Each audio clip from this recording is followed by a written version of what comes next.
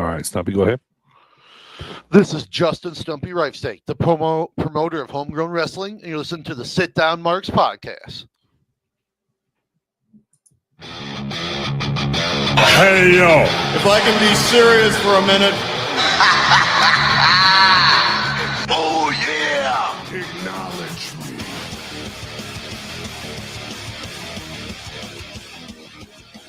What is going on, everybody out there in Sit Down Markland? Welcome. Come on in. Sit down. It's episode number 156 of the Sit Down Marks podcast. And today, Primo and I are going to bring you a little something different, man, because I know we've been talking to wrestlers here lately. But we're going to talk to a wrestler and promoter today. Primo, you excited for this one, brother? Yes, sir. I always like when we have these promoters on. They have a different perspective of what goes into the business. I love talking to them, so really excited today. I want to thank everybody watching on YouTube and Facebook. Thanks for joining us tonight, and thank you for everybody listening on SportsWire Radio, Apple, Spotify, all those podcast platforms out there, including iHeartRadio. We're back on there. Go check us out. So that's right. Today, man, it's time to tell the story of Homegrown Wrestling based out of Illinois. So we're going to bring in the promoter right now and owner. You heard him on the intro there, Stumpy. How's it going, brother? Thanks for joining us today. What's going on, guys? Thanks for having me. Welcome. Yeah, welcome. Thanks for having me again, and let's go ahead and do this one. Yeah, man, we're excited because, we're getting geared up for a big show on May the 3rd at OB Cerveceria in Chenoa, Illinois. It's going to be a big show, and we're talking about that, but we need to learn a little bit about homegrown wrestling and also Stumpy too here as we get going. So it's a good one, man. So Stumpy, man, how you enjoying the promoter life? Oh man, it's hectic. Sure. It's there's never a down day. Yeah, I love it. At the same time, it's gonna put me in early grave, I think.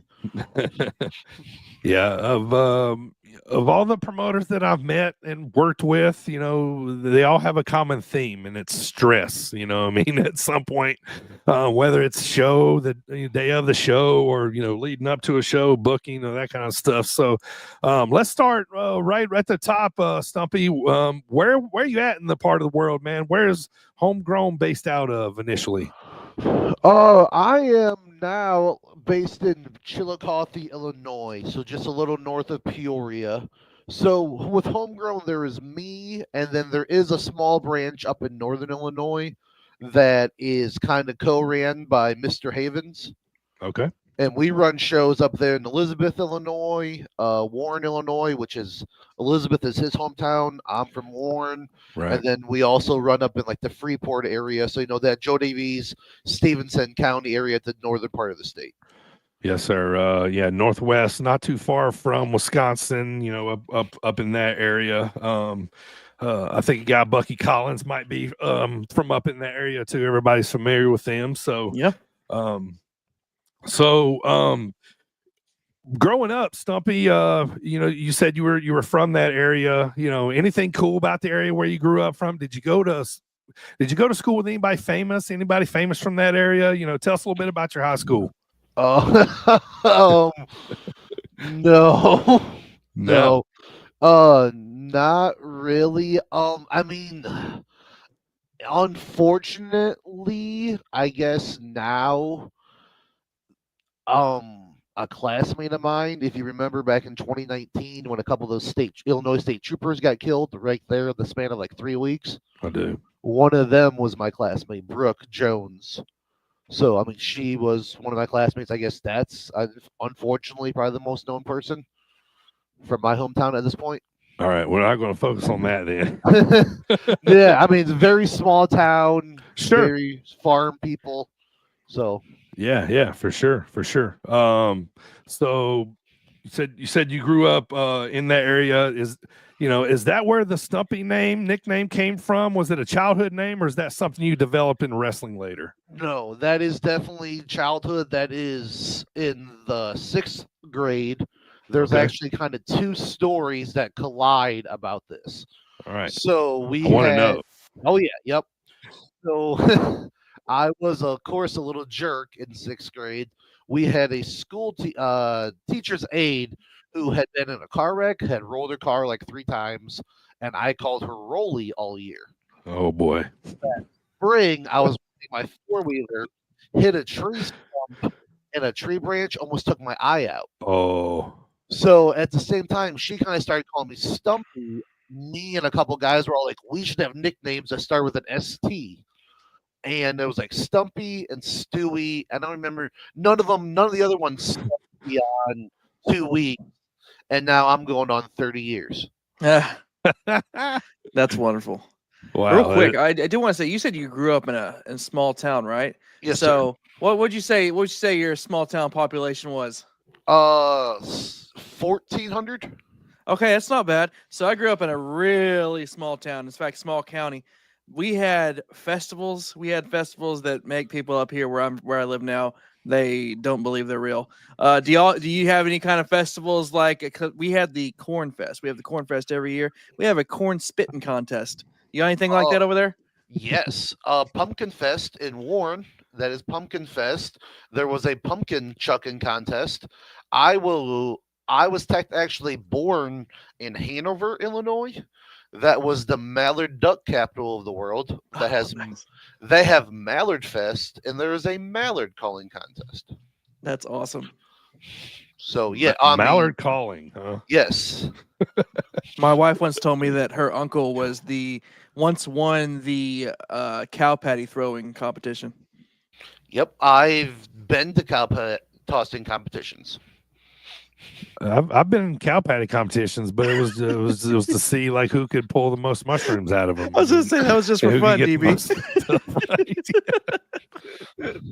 Right. So, all right, Stumpy. So, wrestling as a kid, man, what'd you see? What blew your mind? What got you into it? What got you watching it?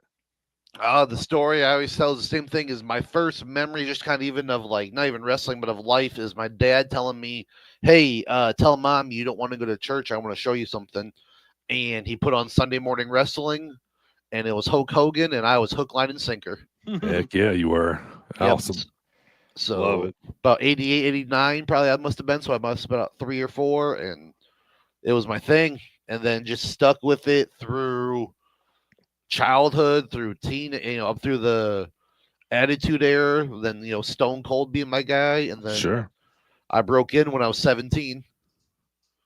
17 years old, man. Let's get to that part. So, what made you decide, hey, I'm doing this. Like, I'm gonna be a pro wrestler.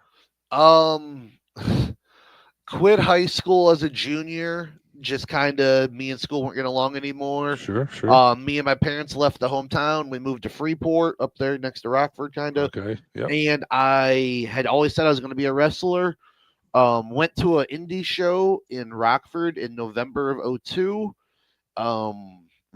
Wasn't the main event, but the featured match was Gangrel versus a local superstar by the name of what was he calling? What was he going by then? Was he going by Kurt Jensen? But he would go on to go to WWE as Casey James. Gotcha. Oh. Okay. Yes. So they had a match. He was from Belvedere, and leaving there that day, there was a pamphlet for a school. I waited about a month and said, you dropped out of school, you kind of left your hometown, you got nothing going on, and called up Rock and Randy, and the day after Christmas 2002 started training. Nice. So you jumped into that. You started taking bumps. What sucked about it? What did you like about it? At first, running the rope sucked because I wasn't bending down, so I was just killing my kidneys. Sure. Everything else I loved. I hate that whole cliche of like, oh, the first time I took a bump, I knew I belonged. But it's like, yes, the first time I knew that, I was like, okay, yep, this is going to be my life. Right. Yeah. Like, yep, this is real. Yep. I kind of think too, like, a lot of people kind of want to feel that first bump. It's like getting that first one out of the way, and you hit one good and flat backed, right? And you're like, all right, I nailed that one. I can do this. Kind of one of those moments. Yeah. Yep. And just being 17 and stupid. All right. So 17 and stupid. We left high school, so you're like, all right, I got to make something out of myself. So I'm going to go be, a pro wrestling. Who was the trainers? My trainer was Rock and Randy. Rocket Randy Ricci. At that time, it was NAWF. He now runs, I believe it's called Premier Pro out of Rockford. We haven't spoken in 20 years. We had a falling out. Okay. At that time, it was mainly Randy, but the people helping him really were Brandon Blaze. Okay. A guy named Matt. He wrestled as Arson. Really helped me a lot. First off, Buzz Hall Brad Hunter was kind of there a little bit. Just former Randy students. Sure, yeah. And then Kurt a lot. Kurt was there a lot until he moved to Nashville, probably a couple months into my training. Yeah. So did you have your first match in 2002 or was it next year? 2003. It was actually at a ring rental. Randy did a ring rental, and it was I went to just go help. Yeah. And the person running the show, maybe not, was of low IQ and didn't have the money.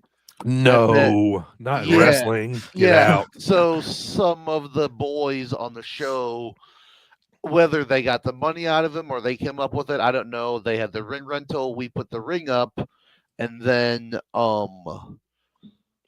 Danny Scott and Bailey Mannix, tag team Explicit Content. At this time, Bailey was dating, engaged to, I believe, a female wrestler, Mia Martinez. Walk up to Randy, said, "Hey, Randy, can one of your boys wrestle Mia?" And it was me and another trainee there. The other trainee kind of looked like, I don't know. And I said, "I'll do it." Well, I made the rookie mistake and didn't take my gear with me. Oh. So one of our refs had to, actually the ref, he is kind of known. He has a podcast now, I believe. Bitter Marks, the Bitter Marks podcast. Okay. He goes to the training facility and comes back with my gear bag just in time for me to pull on a pair of blood red sweatpants, so I look like a 17-year-old fat Abdullah wrestling barefoot. And I wrestled Mia Martinez in my first match. Nice. Looking like Abdullah the Butcher out there, man. Heck yeah. Yep, that was my first match, April 13th, 2003. And obviously you did not win, right? I did because Explicit Content ran in and did the most overkill double team finish of all time of a Vertebreaker Tombstone combo. Good Lord. Yes. Wow. All right. So since then, man, like the journey has been long in independent wrestling for you. So how long now? Just 22 years. What was it? 9 days ago now. Who's some of the most famous people you've wrestled, or maybe some of the ones on your resume you're most proud of? Wrestling Gangrel. That was kind of a full circle moment because seeing that match was the moment where I was like, I'm going to do this, and getting to tell him about it. Sure. Was he cool? Was he like, man, that's awesome, right? Absolutely. Actually, there's a Gangrel is scared of clowns. Wow. Yes. Swerve. Yes. It's a big swerve. Wow. Yes. And Yaba was on the show, and Yaba was kind of messing with him. Oh yeah. Yeah. In full gear. Yeah. Yep. Oh. So, and he was just like, I'll do stuff with you, but keep that clown away from me. Freaks him out, man. So I'm trying to think some other people I've been in. Nick Gage. Yeah. Nick Gage Necro. How was that? He didn't take a pizza cutter to your head. You stayed in one piece, hopefully. All right. Nope. It'd be a lot cooler if he did. Jamie Dundee. Okay, yeah. Is an oddball that I've been in the ring with. I'm trying to think of obviously I had wrestled with Mustafa Ali when we were both at NGW in Peoria. Gringo Loco. I wrestled Gringo Loco 20-some years ago. Nice. Yeah. 20-some years ago. Yeah, that's how long Gringo's been in the game too, huh? Yep. Nice. Just to name a few off the top of my head. Yeah. So let's talk about your Zawa run as tag team champion. You were in a tag team with Dan the Man, DTM, called the Super Buds, man. And you guys had a pretty good run there, man. I watched a hell of a cage match that you were in when y'all were defending those titles, man. Pretty good run there for you guys. Yes, sir. Actually, I think we won the belts in the cage match. That's from the right. Joe Davis County Jerks. Yeah, I believe that was Zawa Fest last year. Yes, sir. Yeah. You were pretty bloody coming out of there. Yeah, you gotta do what you gotta do to win the Yeah. titles, don't you? That's right. That's right. You do. So, but what's the most fun you've had in wrestling, man? I know you mostly is from the Dreamwave, run. Talk about that run, as Dixie, how fun was that? Oh, that was probably some of the funnest times in my life and in wrestling. Mm-hmm. Because at that time, I am just running every weekend with me, Ryan Phoenix, Dan the Man, Scotty Keys is coming around at that time. Mm-hmm. In my personal life, that's the time when I'm meeting actually my wife, when me and my wife are getting together. So that was some of the funnest times that I had was at Dreamwave and working with Bobby. I was on Bobby's first show when he came back from North Carolina. And I think his second show, he came up to me and said, "Any show I ever run, just show up because you're booked." You gotta love that feeling. Oh yeah, and and then even with Mason, I've known him for years, and then how we brought in Bucky, and then the Beck family. Yes, so that was all fun. A lot of fun. I would say that those years in general were a lot of fun. Probably because it was almost like I went from IWA and that whatever that run was, and the fun that did come from that, right into almost the Dreamwave time. Yeah. So Stumpy, you've been on the scene for a lot of time, or for quite a while. I don't know if you know this or not. I'll throw it out there. When we're talking to a lot of people, when I'm talking to independent wrestlers on the podcast and the shows, your name comes out of their mouth a lot. And it's usually for some way that you've helped them out or encouraged them to do something. Cody Kaiser was just on the pod, last week. He mentioned your name. They kind of helped, jumpstart him. First of all, thank you for doing that, man. It's awesome. To me, that's like the ultimate give back to wrestling. You know what I mean? Like compliments shaping the future. But what can you say? What can you see out of anybody up and coming? You're a promoter, so you know a lot of do's and don'ts. So, anybody that might be listening, what are some things for up and coming wrestlers that can help them get over, can help them get booked, and what should they not do? The to-dos would be the advice I always give whenever someone sends me a booking email or after I book someone the first time and they're like, "I'd like to come back," is the same advice Tom Pritchard gave me when he was with WB is, if you're not bugging me, someone else is. Right. So keep in contact. Well be you. Yeah. Yep. Keep in contact. Keep your face in front of me. So when I need someone last minute or I'm putting together a card, you're fresh on that person's brain. Right. Show up, help.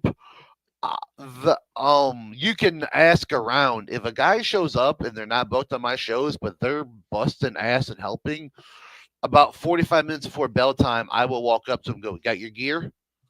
And you're going to have a match. You might be the opener. You might be the third match. My show back in Peoria, Leon King was not booked, but Leon showed up, helped, and same with Hippie Johnny. And all of a sudden, that's my opener on my biggest show I'd ran at that point. Yeah. Because two guys who I liked and they showed up and helped. The don'ts is don't leave early after a show. Who?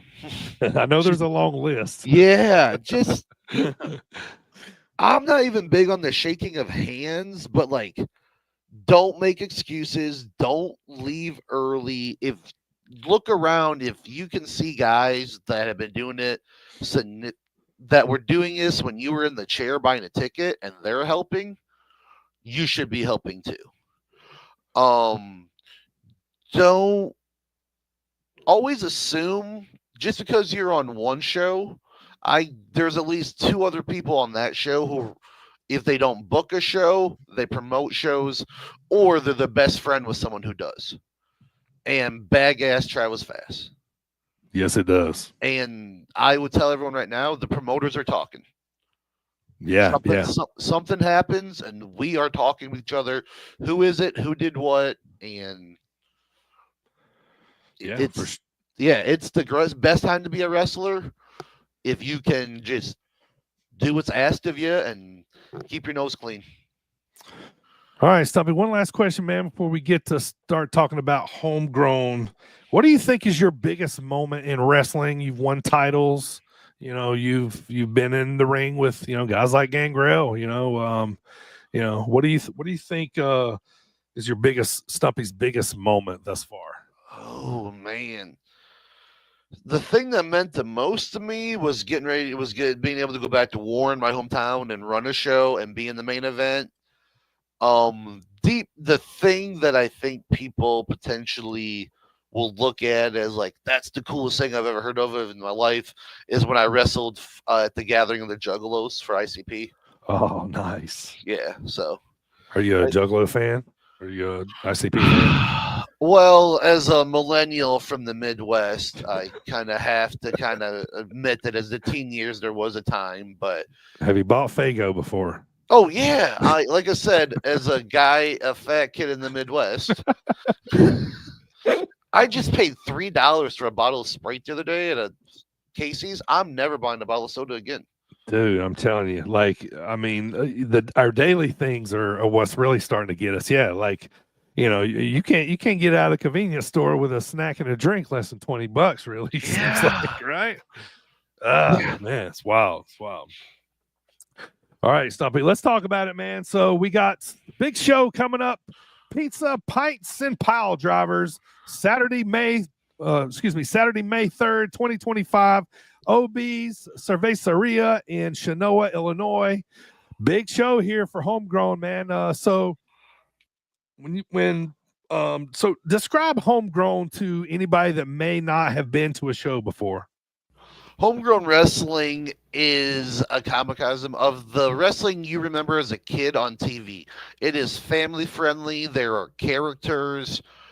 Come and have a good time and forget what's going on outside those doors. I hate to say it, a lot of influence from the old Southern style of wrestling of characters with realism, but a little mix of show. I prefer to say I present an entertaining sport over sports entertainment. Right. I mean, I'm from the South, man. So, that's the wrestling I grew up on. That's what was on my TV. That's what got me into it. Are you having fun? Like, I know I asked you earlier, about, being a promoter, but, you having fun being a promoter, man. Did you ever really think that, hey, I'd like to own my own company one day? Or is this kind of like something that just kind of came about? Yeah, I have a lot of fun with it. If I didn't, I wouldn't. If I wasn't, the wife wouldn't allow it, and she would definitely tell me that, hey, you're not having fun with this. You need to quit doing this and quit beating yourself up. I didn't know where it was going to go at first because it started as little fundraisers back home just to raise money. And then one thing led to another. I came across some money, bought a wrestling ring, and said, screw it. I'm going to give it a run. No one's really running Peoria. No one's really running these. The way I look at Homegrown is I want to take wrestling to these small communities like I grew up in. Yeah. Where you go down 1,500 people, you get 200 people to show up, you give them the damnedest thing they've seen, and next thing you know, you go back, you get 300. And it's just something local entertainment that people can look at as, hey, that comes to town once or twice a year. It's fun, it's good, and we'll go have a good time. Yeah. Did anybody encourage you to do this, or anybody kind of like in your corner? I mean, other than your wife, obviously, anybody else help you out with that? Yeah, I would have to give credit to Zishi, Ryan Zishi of Zawa. Yeah. Bobby Houston a lot, kind of being people I bounce eyes off. Havens, Bucky. So the Joe Davis County boys initially start with me, Havens, Bucky, and Tyler Pregel. Those three grew up like best friends, and oddly enough, my school co-opted with them for football. So, yeah, us four just kind of. So those have been my people to lean on.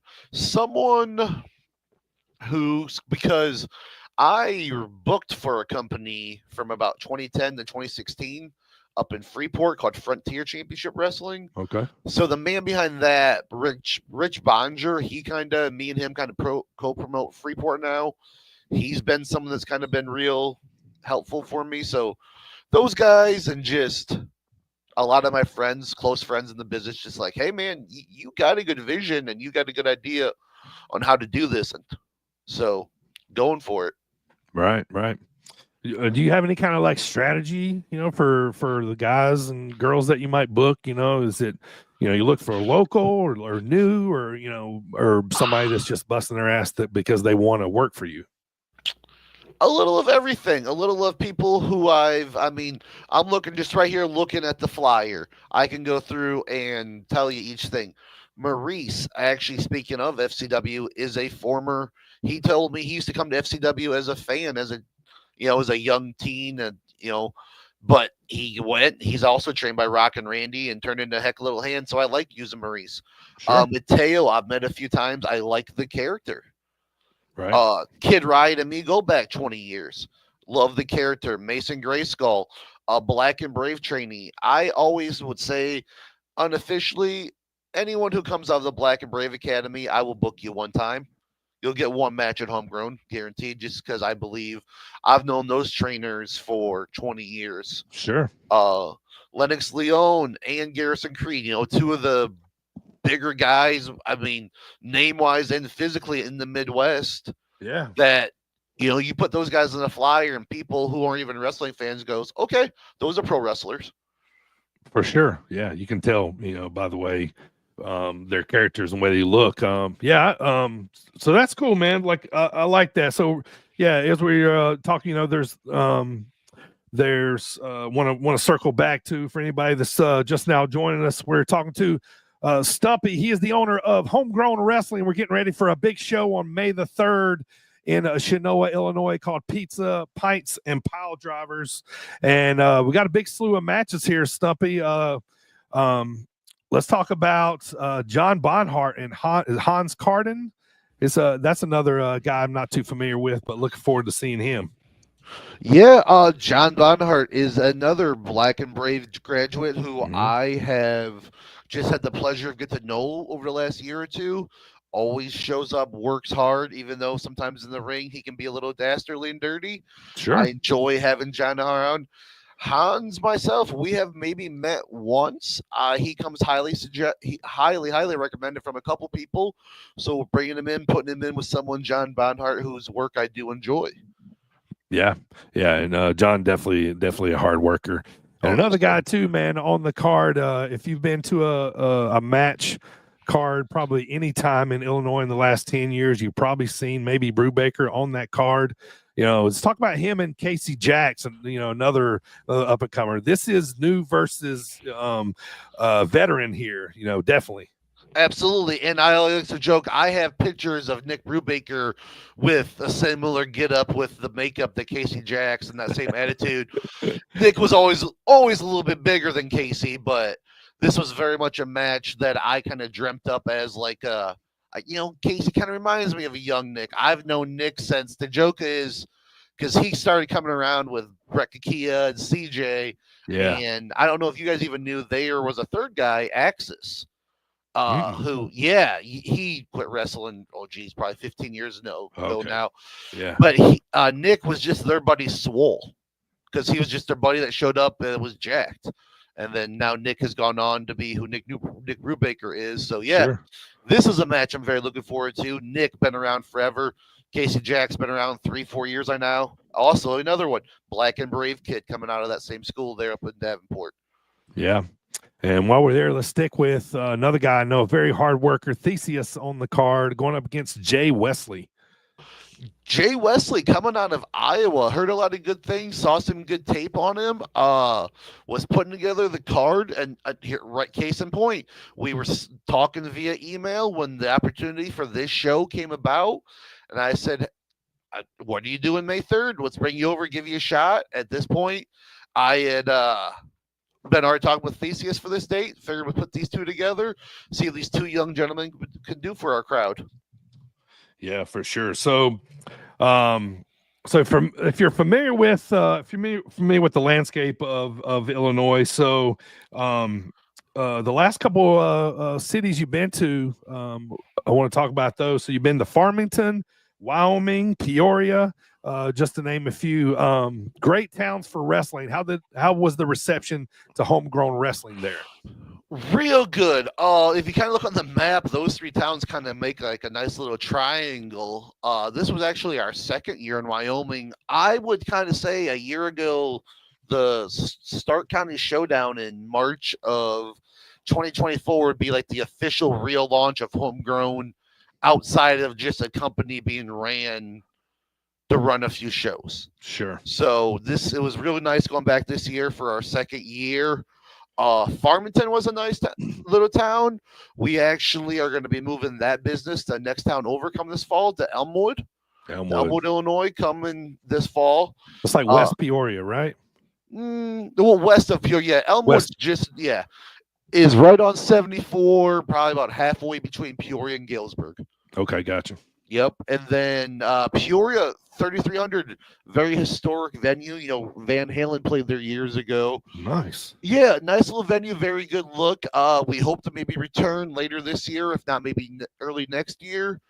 Peoria is the goal, but the real true vision of homegrown is to be running these smaller communities, and I'm really enjoying finding some of these towns with these older high school gyms that are just beautiful and no one's using them and putting them to use.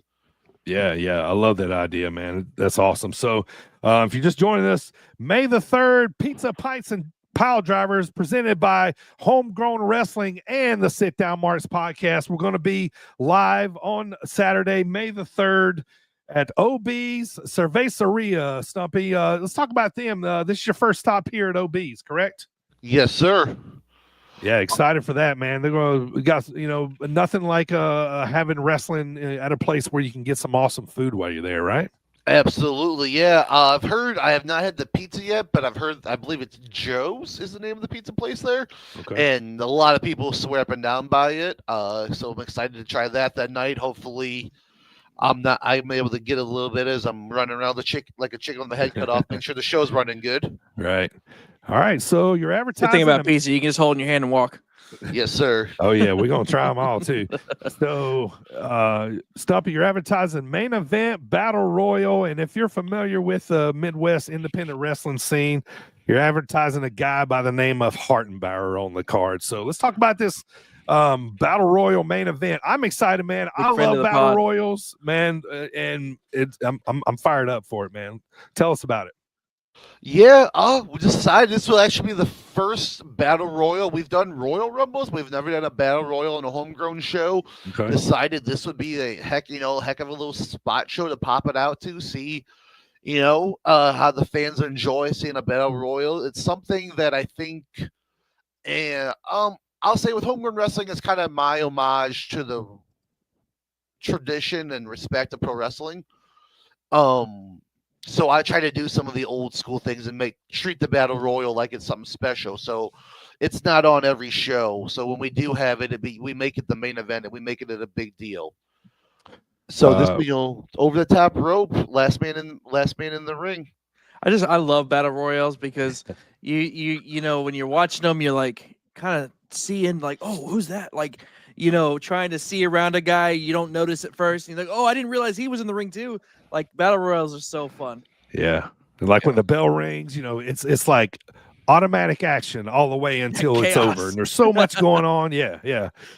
Stumpy, I want to let you know, man, you're getting a little shout out right now on Facebook. A guy by the name of Jim Nugent says that his family loves watching Stumpy wrestle and that he'll have to make it out to one of his shows. Well, thanks for the love, Jim, and tell your Uncle Ted that he can go fuck himself.